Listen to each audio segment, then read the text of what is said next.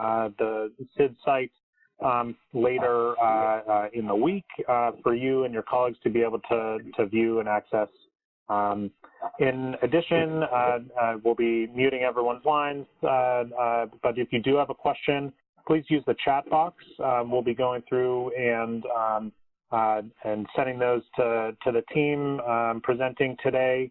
And certainly, if we don't get to any of your to all the questions, we'll certainly try to address them either through direct response when we send out the email or webinar recording, or through resources or frequently asked question documents that we can post on the CIID site. So, but certainly use the chat box on the right-hand side in the bottom right of your screen, and you can either send them to myself, the host, or post them in the chat box at large, and we'll try to get as many answered as possible. So appreciate you all contributions today.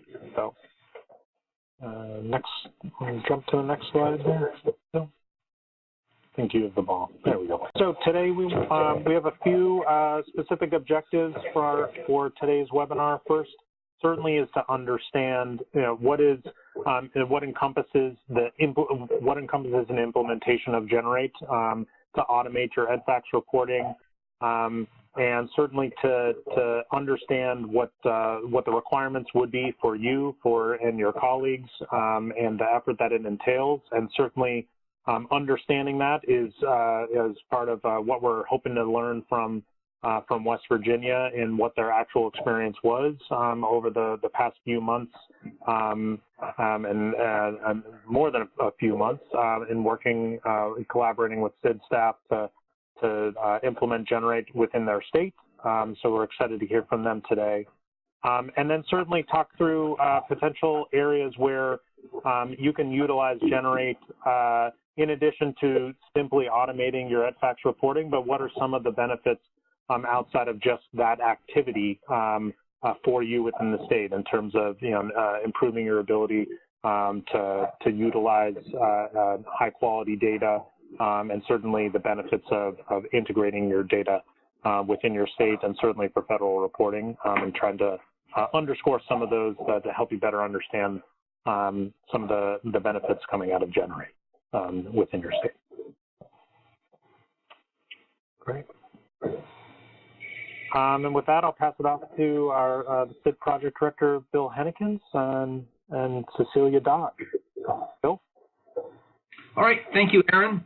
Well, this is Bill Huennekens, and thank you very much, everyone, for joining today. I will let my colleague Cecilia introduce herself. Hi, everybody. Thanks for joining. I'm Cecilia Dodge from CIID and WestEd, and happy to be here and be with the state where I provide some technical assistance.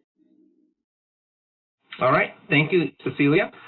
So I think most importantly, let's let the folks in West Virginia introduce themselves and say hello. Hello, I'm Angela Riley. I am the West Virginia EDFacts Coordinator. I'm also the lead coordinator for the Education Information Systems. I support federal programs and our Leadership and Continuous Improvement Program Office. Hello, I'm Renee Eccles-Hardy, and I'm West Virginia's Part D Data Manager. I'm Aaron Riley. I'm the Special Ed Data Coordinator. All right, welcome, folks. Good to have you here, and thank you very much for spending the time with us today. So, just quickly, our agenda for today, going to just do a level set, if you will, a brief overview of Generate, just to make sure everyone's on the same page. Then really the bulk of our time is a discussion with the team in West Virginia about their implementation work, their project, and the effort. Then we will open it up to audience questions and share some related resources. So with that, let's begin with a brief overview of Generate. So it is a free tool to all states that are required to do EDFacts reporting. And it's available right now to all the states. You can get it from the CIID website. It automates and simplifies IDEA EDFacts reporting, improves the consistency of the IDEA data, and supports really timely and efficient EDFacts reporting and data submissions. It's a web-based application based on the Common Education Data Standards. It's essentially a physical implementation of that CEDS data model that has existed for a number of years. It's locally hosted, so there's an instance that lives right now in the state of West Virginia. A data source is intended to be a state's SLBS or really unit record, or as I like to say, student level data systems. And SLBS means different things in different states. And, you know, as we do work with states, we just really figure out what's the best source of data for the different states. So 3 outputs that Generate has: the actual EDFacts submission files that are necessary for submitting to the system, reports that have data that can be used to do calculations for the SPP APR, in addition to user-friendly reports that can be used by data stewards and folks to analyze the data, data quality efforts, those kinds of things. So, you know, at a real high level, that's what Generate is. That's what has been implemented in West Virginia and a few other states, and that we will dive into a bit right now. So, though, to get us started, let's have Cecilia give us a little bit of background in our work with West Virginia that she has been leading for a while now. Thanks, Bill. The way we started working with West Virginia was we actually had a lot of back and forth with Angie, with Renee, interest in Generate, but just wasn't the right timing for a little while. And then we finally were able to go. Bill and I actually went in 2016 and did a nice face-to-face meeting where we showed the state what Generate was all about. We talked about it. We talked about the goals of the state. And at that time, Bill and I learned from all of the key stakeholders in West Virginia that they were interested in improving data processes and data quality at the state and local level, actually. And so we began to explore that and learned about some of their goals, definitely for implementing Generate, but also for just some larger goals that really focused on some data integration and data governance things. So that was how we got kicked off. And then we've been working really regularly ever since then and hit that first big milestone of getting Generate implemented and submitting the child count just this year. Excellent. Thank you, Cecilia. So let's kick it off with some questions for the team there in West Virginia. What was it first that got you interested in Generate so that you know, Cecilia and I could come out and kind of do a demo and kind of show you what was available? The first year I became an EDFacts coordinator, I was at the NCES StatsDC meeting, and that's where I first got to talk to Bill about Generate. And being my first year and learning our current process, I was really looking for something or a way that would help us streamline our current process. As Cecilia already stated, we wanted a way to do improvement on our data quality and just data processes in general, not just here at the state level, but also at the local level. And another objective was to provide visibility into the EDFacts file so that our program offices would know what we were submitting on their behalf. And Generate did all of that for us. Great. So, you know, anytime you undertake a project like this, you're definitely going to have some questions really before like making that agreement that, yep, we're going to commit the resources and the effort to do this. So what were maybe some of those questions you had that needed to be addressed before making that decision to move forward? Our main question was just what was the process of implementing Generate and who needed to be involved. We already knew here at the state that we wanted to make some type of improvement on our EDFacts file submissions, but what did we need to do that and who did we need to get involved? That was our very first question. Well, that was our main question until we really got the project started. All right. All right. So were there any concerns prior to starting the efforts? Any like things that just immediately kind of, ooh, you know, we need to make sure and like flag this as an issue or, you know, or a concern prior to starting the effort?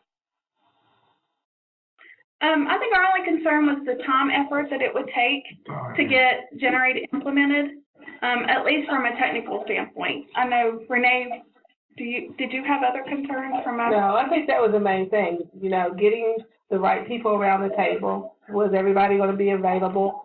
I didn't think it would be an issue as far as buy-in and people wanting to do something that would make our reporting more streamlined. But it was just a matter of there's so much going on all the time, just pinning it down and getting started, getting our feet into it and getting the work started, getting the momentum in the work. Yeah, there's always a multitude of things managing, and this is, to be honest with everyone, this is another project on top of your regular daily work, right? Yeah. Correct. Yeah. Okay. Good. So, talking about roles, let's dive into that a little bit. So, you know, who or what individuals are involved in this effort from your state? You know, what were those different roles, and who came to the table?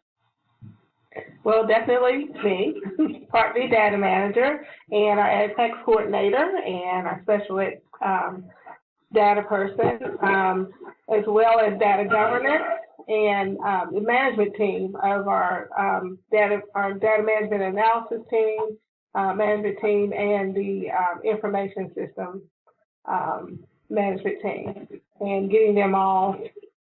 I think that's our main. Did I miss anybody? I don't think so. Right. Right. So have any of those individuals' roles evolved over the course of the project? I think we now have a better understanding of what each role's responsibilities are. You know, Renee and I both were pretty new at our positions here at the department when the project started. So I don't think either one of us exactly knew what the other one was supposed to do and when we were stepping on each other's toes and things like that. So it's been a learning curve for Renee and I as to understanding what I'm responsible for as the EDFacts coordinator and what Renee is responsible for as the Part B data manager.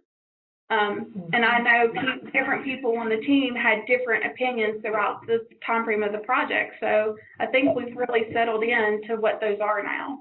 Yeah, definitely have to define, more define and streamline, if we want to use that word even, more of what our role should be, you know, because when you work for a state system, as you all know, there's a lot of in and out. You know, people come and people go, and practices come and go, and knowledge comes and goes.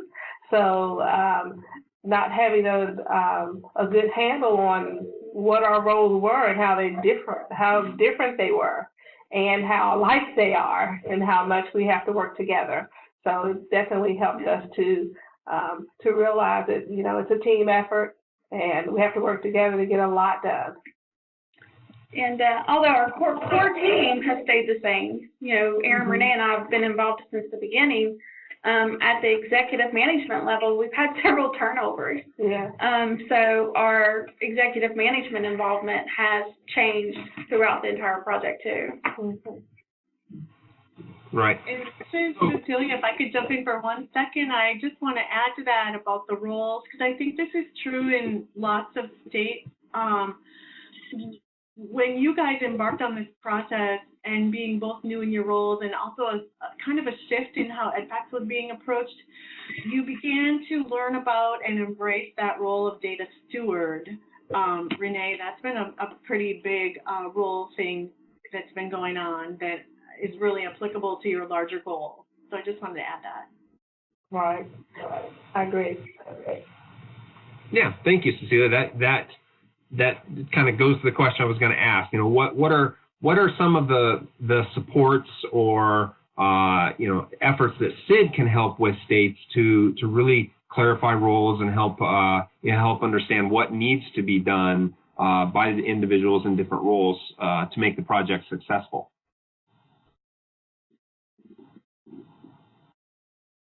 Okay.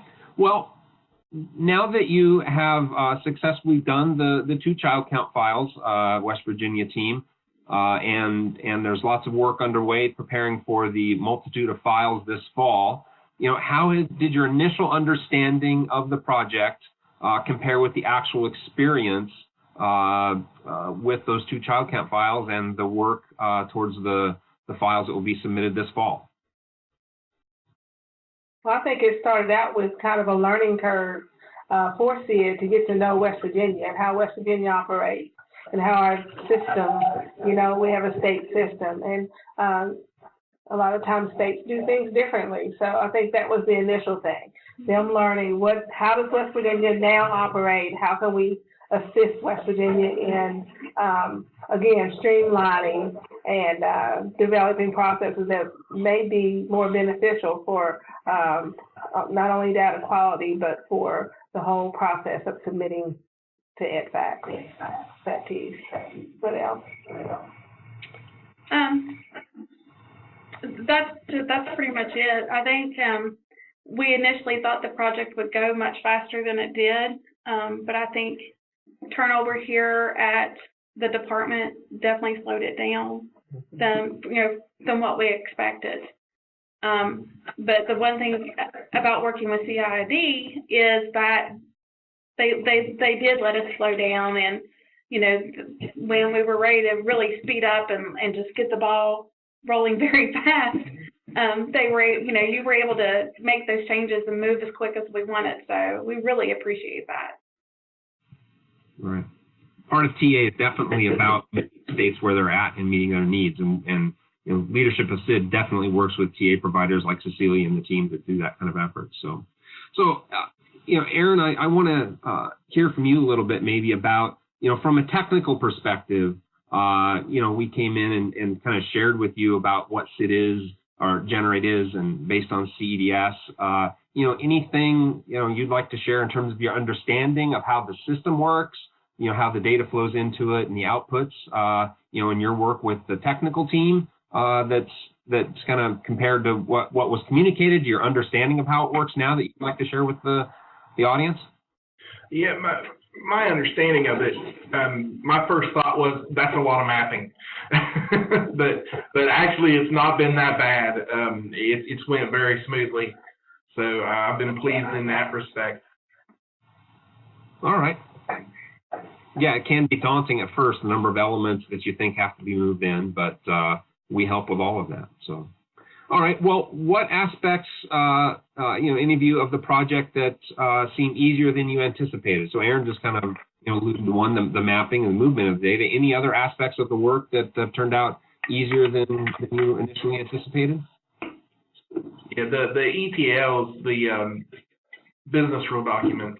Like once you get that first one done, you have a much better understanding of where you're going with them.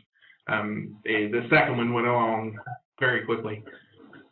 So I thought that was much easier than I thought it would be. Okay. Well, and here in West Virginia, we have a team that sets up our servers for us. Erin and I, as part of the technical team, don't really have access to do that. And even they felt the installation of Generate and setting up the web server and connectivity to the database, all of that went pretty smoothly for us. Yeah.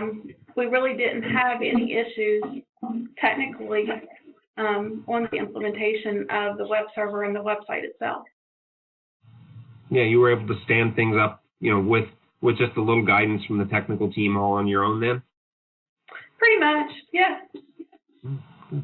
Okay.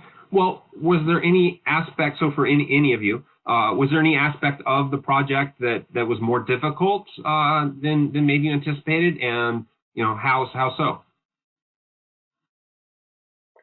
Probably the other responsibilities that we have, and time constraints and being pulled on other projects, and that was challenging for a lot of our team members.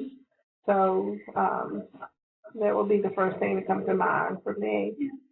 Well, and it was the first time that a lot of us got to work as a team. Right. And anytime you start a project with a new team, getting to know your other team members and the most efficient way to communicate with them and things like that.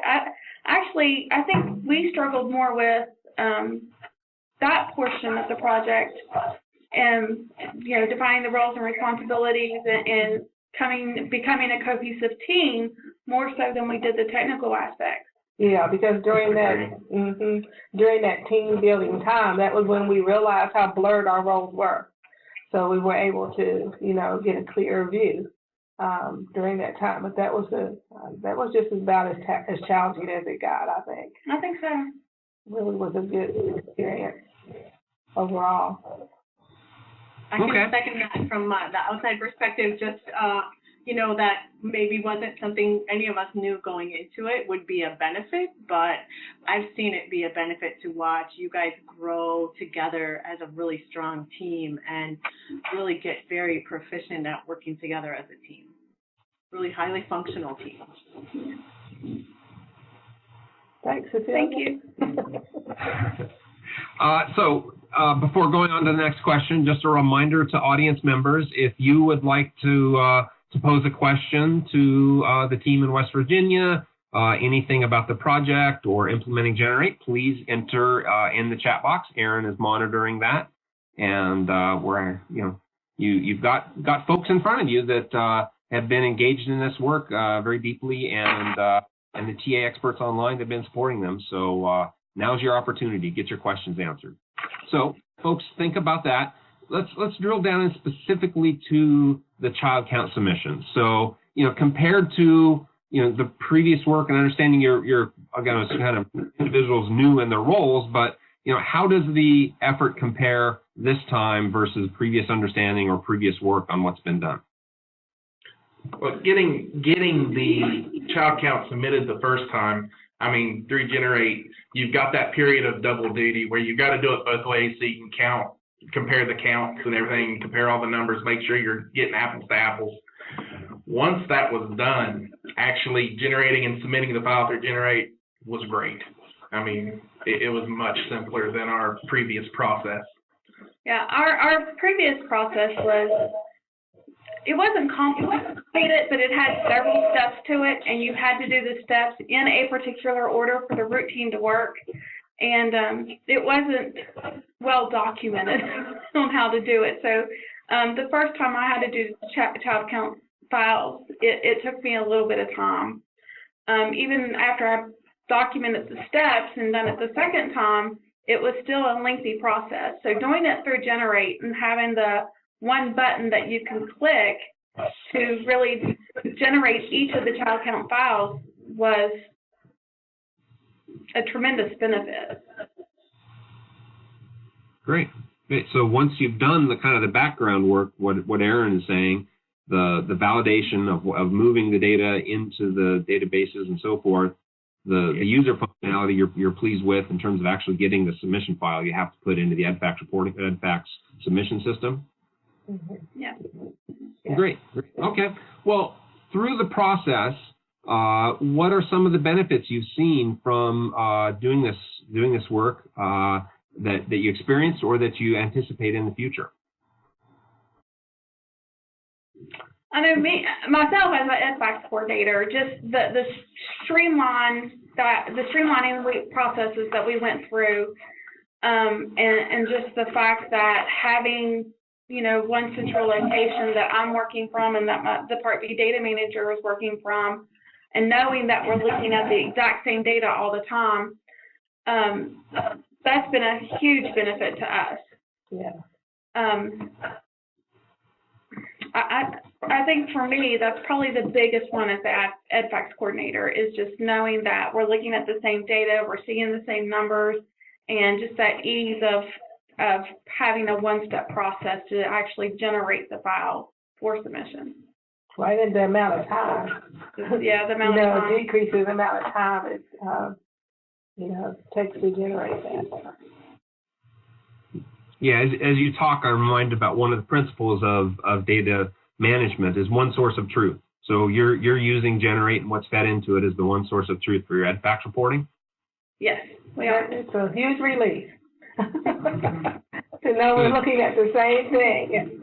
you know, we're going to get the same numbers, and it's just wonderful. It's a huge relief to have that. Right. Good.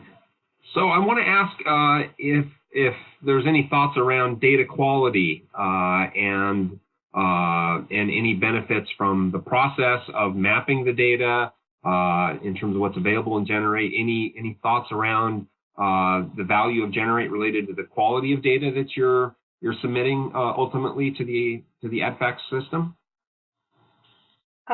Just speaking from my point of view as a data manager, I think the process of Generate, along with the process of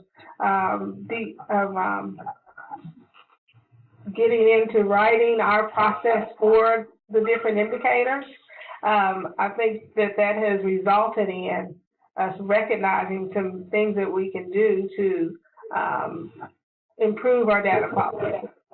Even at the local level, you know, edit checks and things that we implemented and added during this whole process, things that we recognize we need to do. So it did bring some things to light on areas that we could improve and areas that we could absolutely impact the quality of our data, which is ultimately our end goal. Great. Great. So I believe I'm getting some notices. Aaron, do we have some questions in the chat? One of the questions that have come in thus far is, what are the files that Generate can be used for? Can it be used for non-IDEA data files, or is it just limited to child count, or just limited to IDEA files at large? Okay, I can address that, and then I think in this, as this slide is showing, we'll ask the West Virginia team about their plans for that.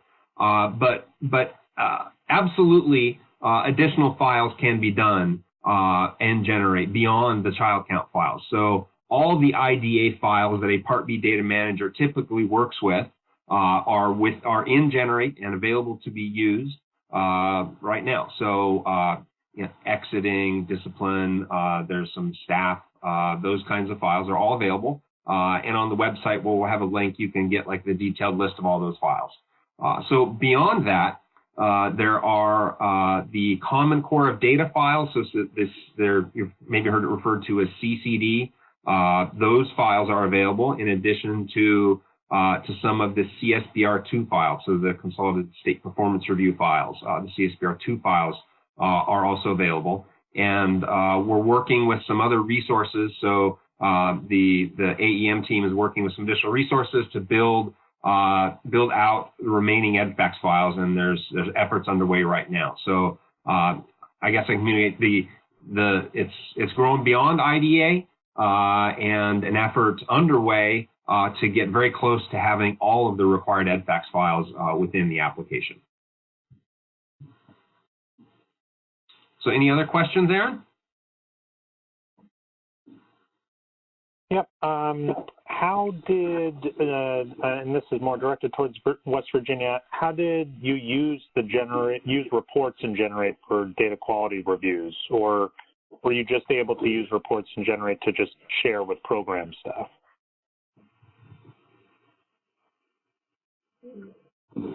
We actually didn't use the reports for data quality review. What we decided to do was generate our EDFacts submission file using our what was then the current process, and now using our new process, which was for Generate, and actually compare the two files to find any differences, and which allowed us to check our business rules and all of that. So we really didn't use the reports to Generate specifically for data quality. After the child count submission, we had like a post-review meeting where we did talk about there were some other things that we could do to try to help the review of our EDFacts submission files. So with the files that are coming up in November that we're going to submit through Generate, we plan on using more of that reporting that is available than what we actually did with child count.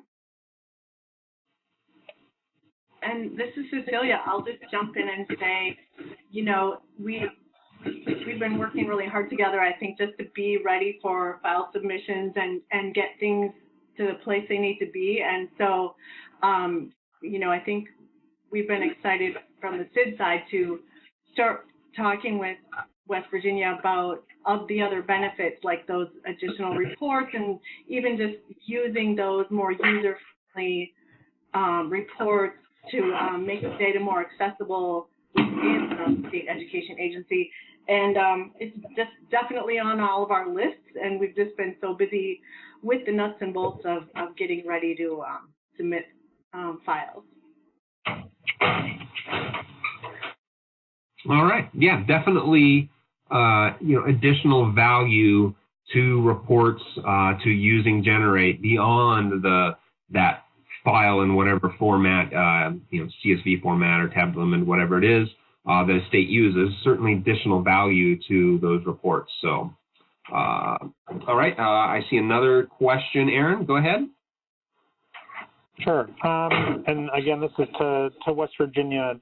How are you keeping your leadership informed as you're undertaking this effort and helping them understand the benefits to West Virginia and realizing, you know, what Generate can produce, and just in how you're connecting with your leadership?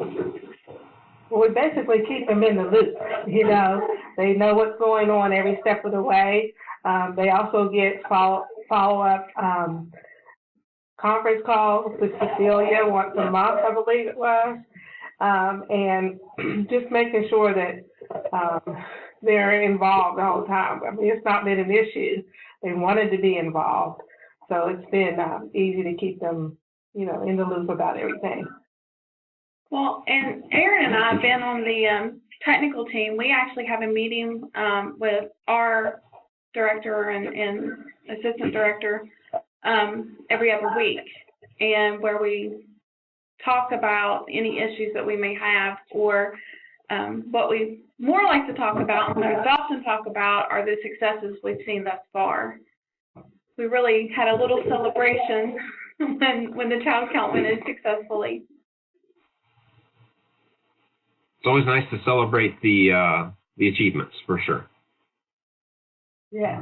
Yes. And I'll just add, you know, Angie referenced that there's been some leadership turnover since we started the project, and the CIID team, and I specifically as the director, you know, made a concerted effort to reach out to new executive level folks that were now on board, and, you know, let them know, you know, about the project and the overall scope of CIID and how it fit into, you know, to the broader efforts, and, you know, just at like an executive level, if you will, ensured that, you know, those folks always have access to me as the director of CIID. You know, I know that the state director as well in West Virginia, she knows she has direct access to me if there's any issues or questions. So, you know, across the whole team, you know, scope of the team, open communication and knowing that, you know, we can get on the phone at any time, talk something through, and get questions resolved is part of things being successful. You know, what also worked here in West Virginia is I was kind of like that person who, when the managers were super busy and didn't necessarily respond to an email or something like that, I was like the person who would say, hey, did you check your email? You know, or make sure that communication stayed open. So I think that's an important thing to remember too, that as the team, you know, we had to make sure that we had a plan in place when things did get a little tough because people were so busy, you know, management. So it seemed to work out. Great. All right. Well, let's look to the future and future goals. You know, what are your plans for Generate? You know, I know there's work underway this fall for the additional IDA files, but what about your future, you know, vision for Generate and its use in additional collections, and you know, plus what are you hoping to benefit? You know, the additional benefits in the future to, you know, for Generate and your implementation work. I think my quick answer to that is timely, accurate, and complete. That's what you're held up to today, isn't it? Yep. Yes. Okay, so Angie, I guess directly for you. That sums it all up. You're good. Well, I'm going to press you a little bit then. And as coordinator, you know, you have responsibility for files beyond IDA. You know, what's your vision for beyond that? Actually, I look very much forward to the day that all of our files are implemented through Generate.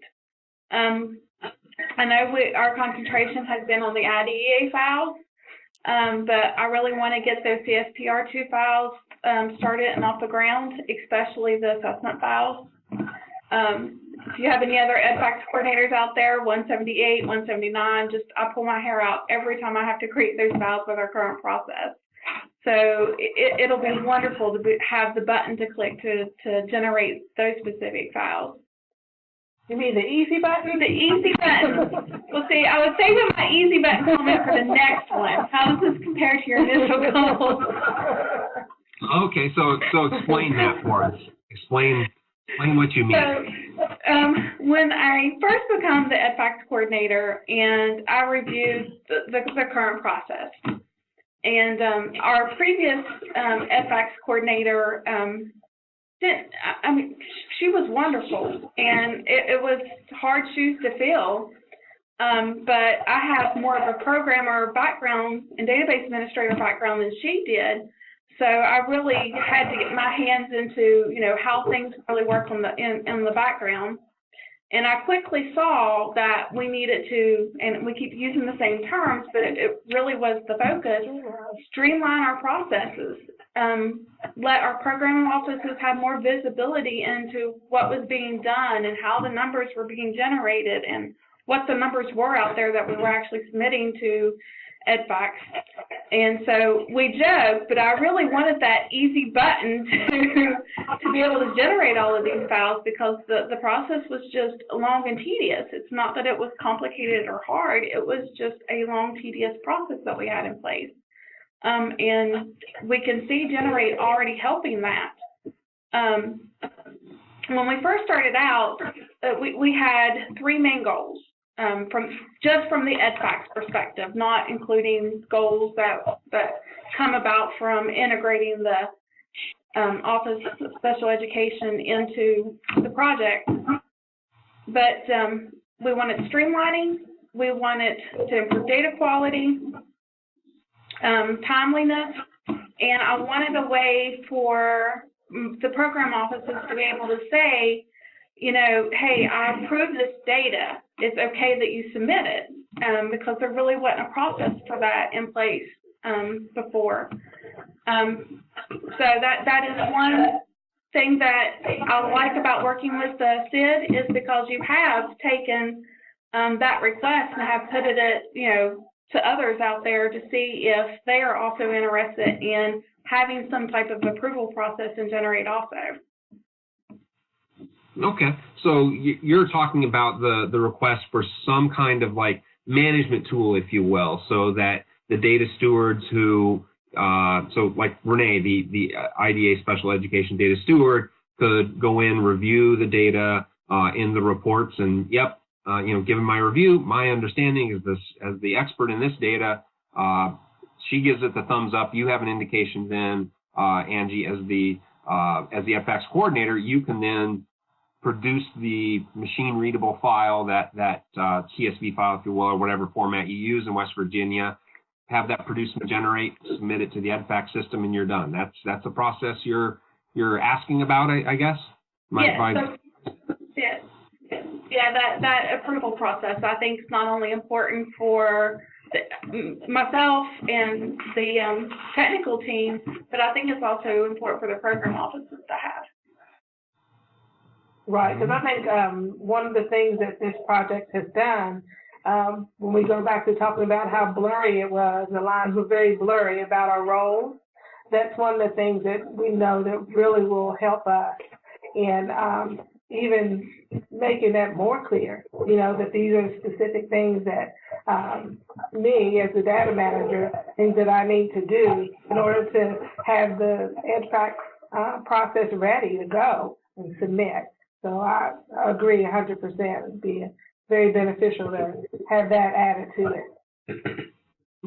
Okay, well, yeah, we have taken that note from your feedback, and that's great. So I want to, we still have a bit of time here, and Aaron with his expertise, so Aaron on the West Virginia team, with your expertise in the back end of the databases and the system, if you could maybe address how simplifying the process, maybe the number of hops that data has to go from like one system to another, or the number of times people have to touch it, what that means for data quality. That's, we've heard from Renee that's important for her as the data steward, and obviously for the EDFacts coordinator. What do you see on the back end in terms of this simplification that they've talked about as the benefit for quality data that's ultimately submitted to EDFacts? Well, Renee alluded to it earlier. Our previous process, we were getting different views of the data, or it would change, whereas now with the generate process, it all gets pulled from the same place and everybody's looking at the same thing. That's huge when it comes to data quality. I mean, that's the central message, I guess, that helps enforce data quality. Okay. Yeah, one source of the truth is a principle of data management. So, okay, good. Well, so Aaron Petrillo from the CIID team, any further? Oh, Angie, I'm sorry. Well, and our data does hop from one place to the other. What we have here at West Virginia is we have a collection process that we go through. We actually have 4 collections throughout the entire school year. So at each collection point, the schools really have to review their data, and they actually sign off on, yes, it's my data, I'm accepting the numbers as seen.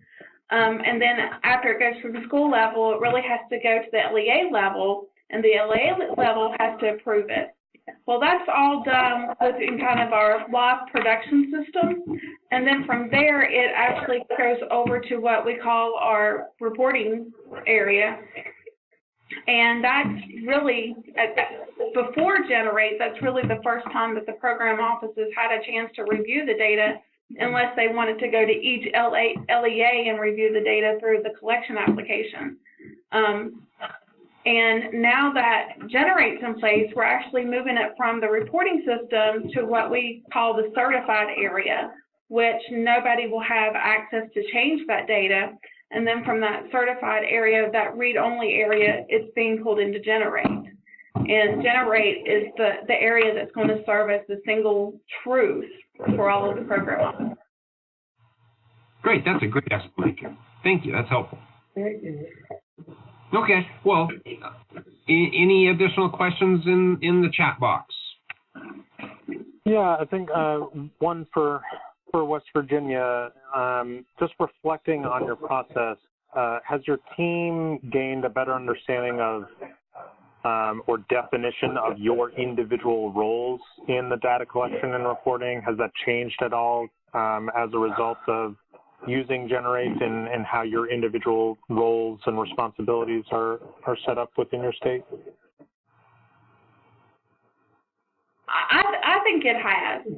At least Renee and I have a better understanding of what our roles are within the EDFacts submission files now. Yeah, so it didn't necessarily change our roles, but it did help define them.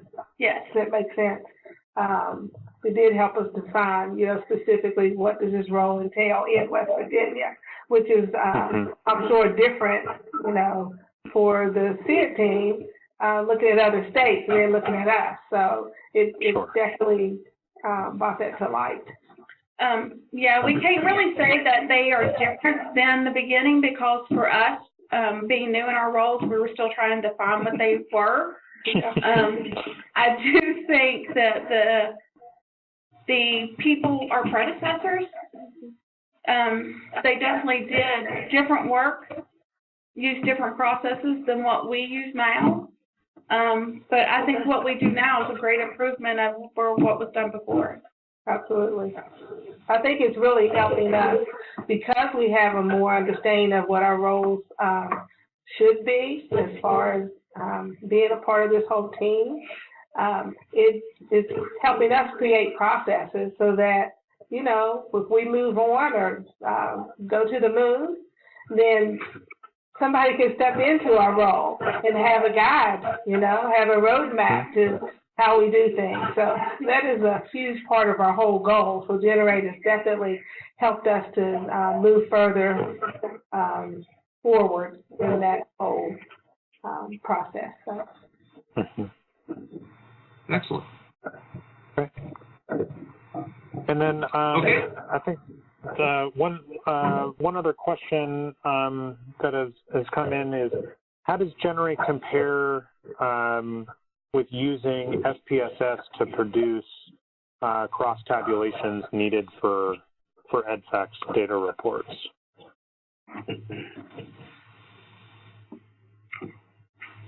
What was the acronym you used? Yeah, SPSS. SPSS, if you've used it previously, or whatever software you've used previously to kind of create cross tabulations to pull into EDFacts reports.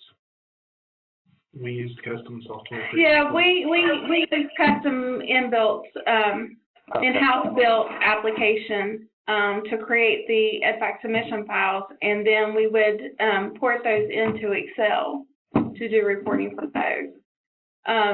So Generate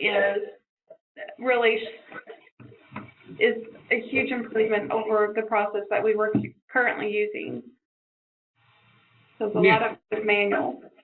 Yeah, so if I could jump in to kind of explain a bit more about Generate and how it works. So the programming, if you will, that is necessary to get the file in the right format and have the right combinations, the right aggregations, that's all done within the tool, within the application. And so the 13 states that are working to implement Generate all will have that same programming. Generate is going to have that same instance of that. So the West Virginia colleagues in New Jersey, for example, that implementing in the same cohort that did the child count files here this spring, use the same programming. So the state that's using SPSS and has to maintain or do that programming in that statistical package, that program, wouldn't have to do that. Now you have to do the project that West Virginia explained in terms of moving the data in, validating it, and so forth. But the maintenance of the outputs is done by us, by CIID, and turned over every year for whatever new combinations or aggregations, if you will, are needed from the department, given how the file specs change or may not change. So that's all maintained by the CIID team, the programming for the outputs.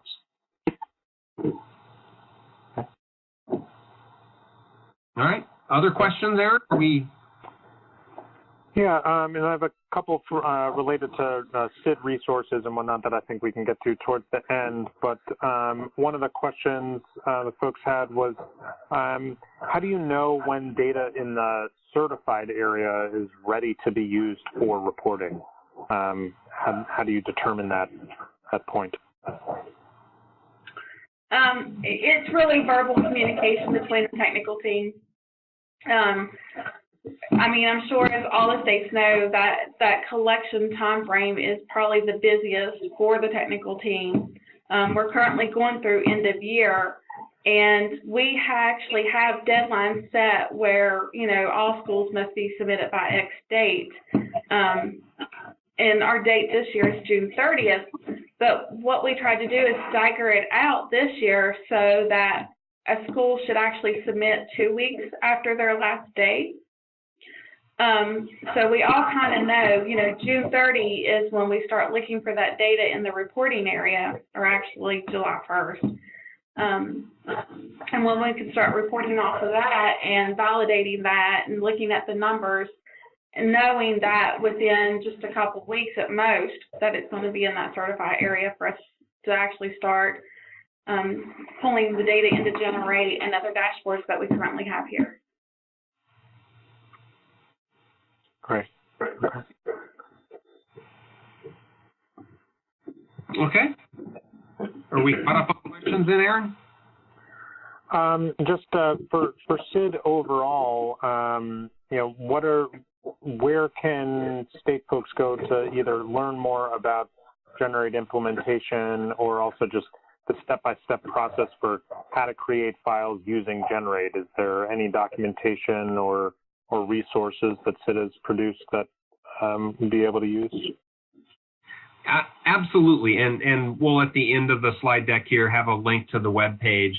So there is documentation on everything from high level used to help talk with executives about Generate to highly detailed installation guide for actually installing Generate in your environment, and a highly detailed implementation guide on what we have learned and how we have guided the pilot state that always deserves some shout out when we talk about CID and Generate, Nevada, who's piloted this work, went before the West Virginia and a couple other teams, and also what we learned in working with West Virginia and a few of the others that submitted the child count this fall. So those are all documents available right now on the CID website, and we'll have a link to that, to the CID TA website at the end of the slide deck here.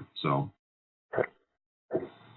okay, well, let's give the folks in West Virginia, as maybe the audience thinks of some more questions. Let's give them a little bit of time for any advice that you would have for a state that would be beginning this process. So we know with the CID work, there's some states going to be following in your footsteps that may be on the call, but for a state that's out there that maybe wants to go down this road, what would be advice or recommendations you would have for them? Well, I think my advice is the cheerleader version, which is, with teamwork, the dream works. Get your team together, get everybody around the table that need to be involved, and start this process out as a team, because I can guarantee you your team is going to develop, become more defined, and become stronger, and be able to work together to make a lot of things happen. So that would be my number one advice. My advice would be define those roles and responsibilities up front. I really think if you do that up front, it will help speed the project along. Another thing that we also did is we were defining our current processes at the same time we were implementing changes to our process. So it made defining and documenting the current process a little harder than it needed to be. So if you're a state that you don't have those things already defined for you, then actually take the time out to define those roles and responsibilities, to define your current process, because in the long run, it'll make it easier once you try to implement changes or start talking about how you want it to be changed or how it could be improved with Generate. Yeah, my thought would be our submission process for the file actually changed during the implementation of Generate. We were trying to validate the file, and then after we were done validating, submit. And through experience with our Generate implementation process, we found that as soon as we generate that file, as long as we've got time before the submission deadline, submit that thing. That way, you've still got time. You got time to do all the validation you want, and then if you have to resubmit it, you can. But as soon as you start generating those files, get them submitted. All right. Okay. Thank you. Aaron Patrol, any more questions come in? Is Generate going to be discussed at the Stats DC conference, or will there be CID staff there available to learn more about Generate? Oh, good question. I'll jump in. Yes, CID staff will absolutely be at the Stats DC conference. We will hear from two states that with CID TA providers are doing Generate work. So as I mentioned, the pilot folks, Nevada with one of our TA providers, and Mississippi will also be talking about their Generate work. So one that's been doing it the longest and one that's coming up to using it the next school year. You know, in addition to that, there will be a few other sessions that touch on Generate, and there will be a table in the kind of the TA provider area where CIID staff will be at, and we'll be happy to address any questions. And if you want a longer kind of meeting to dive into something deep, send me an email, and I would be happy to to have a coffee or a lunch with you sometime during Stats DC.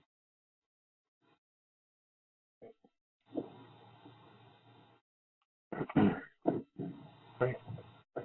All right. And then any other questions? I think that the only other question that came in was currently, obviously Generate is and CIID is being supported by OSEP, and the focus is on IDEA files. But when if there's interest to expand to other areas around CSPR or CCD, how should a state proceed with learning more about access to Generate and connecting with CIID staff from that perspective?